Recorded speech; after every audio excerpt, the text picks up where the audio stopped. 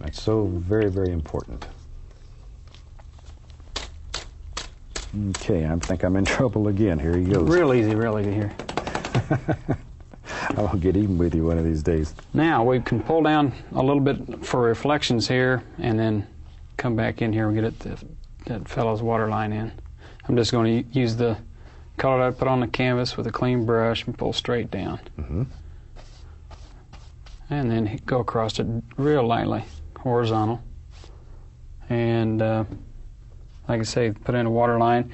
You can take liquid white, maybe just add a touch of Van Dyke brown, dark sienna. But this paint is very thin in comparison to the paint that we have on the canvas.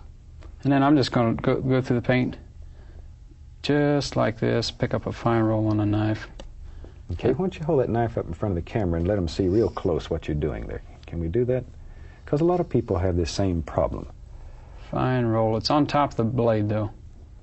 That way when you go across here, just cut this in nice and horizontal with the canvas, or the bottom of the canvas. Keep your knife straight, even if your land's dropping down just a little bit. I'm just actually scraping into the paint that's on the canvas there to create this line here. It looks like we need some trees or bushes up there, Bob. What do you think about that? Oh, okay. We'll probably get to something like that in a minute here. Let's see what we got going here. Next letter comes from... Uh-oh.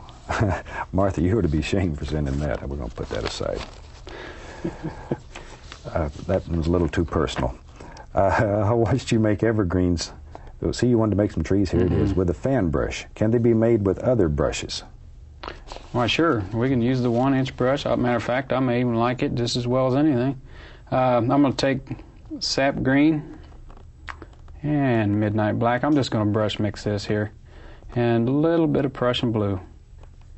Make life a lot easier when you go to highlight this. Get a nice sharp chiseled edge by going through the paint like this. Okay, can we show that brush? There you go. Show that up close so people can see exactly how sharp that is. It'll come to a very, very sharp edge. But one of the secrets to getting this to come to a sharp edge is loading a lot of paint into the bristles. You have to have enough paint in these bristles to literally stick them together. If you don't stick them together, then you really have problems because the brush will spread apart. And then all you do is just sort of tap like you're making little Z's. Just exactly like you're using the fan brush, really. The technique is basically the same. Quite often, that's the tricky part. If you don't keep enough paint in this brush, no paint, no painting. That's what I tell them in class. No paint, no painting. Right. No,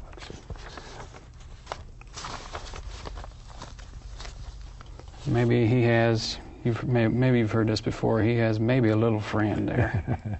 Yeah, you know me. I think everybody should have a friend. Of course, that one may have got stepped on. There. Now, could you do these with a 2-inch brush? Sure you could.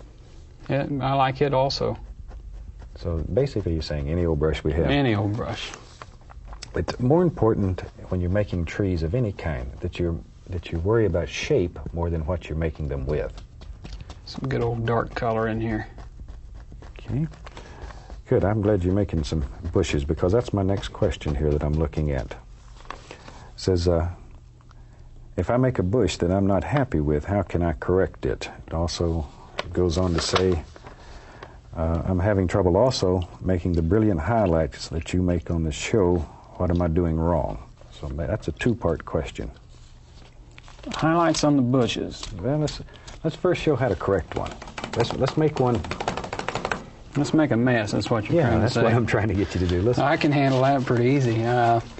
Okay, what I'll do is maybe load this brush up like a general student may do. This is what happens in class sometimes. Not enough paint usually on the brush.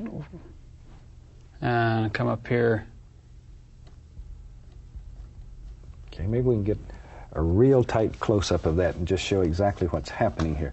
As you can see, it's sort of, Steve uses this word all the time, mushed. Yeah, it's just sort of mushed in there. Now, if you should have this happen, and all of us who are painting in this method, at one time or another, we've made a bush like this, I guarantee you. Take the knife and do a bushectomy. Watch Dana here.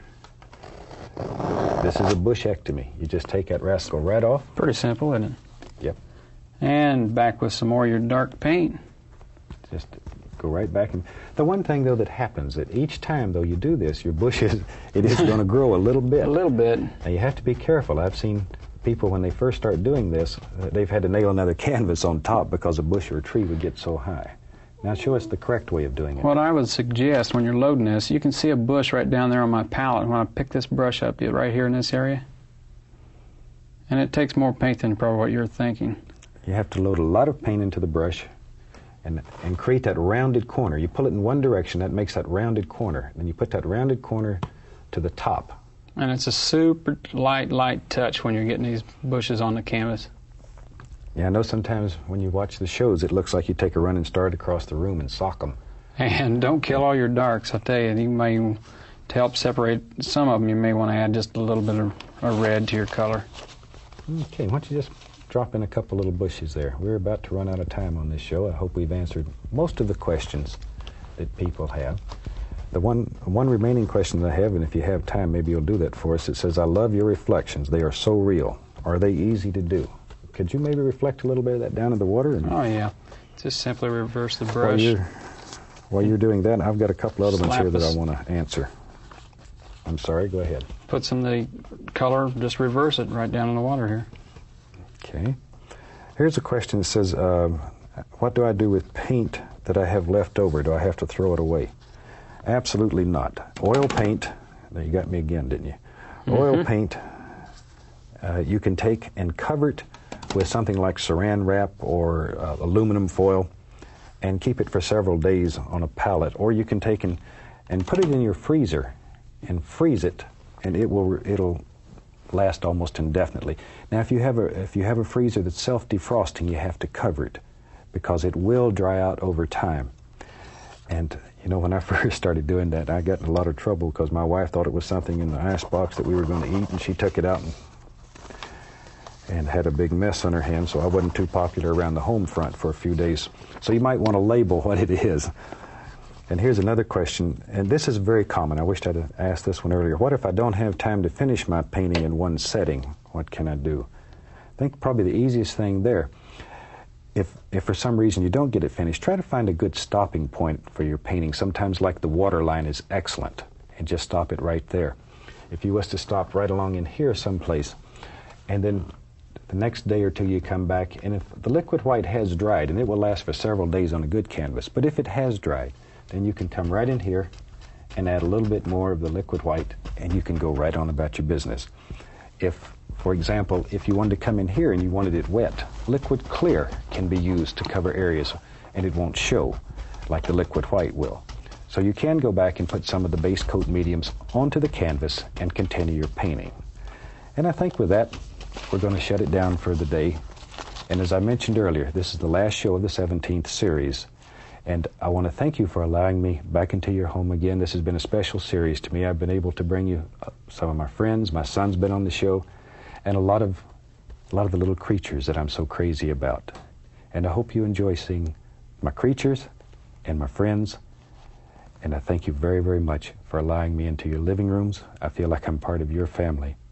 And from all of us here, we'd like to wish you happy painting, and God bless, my friend.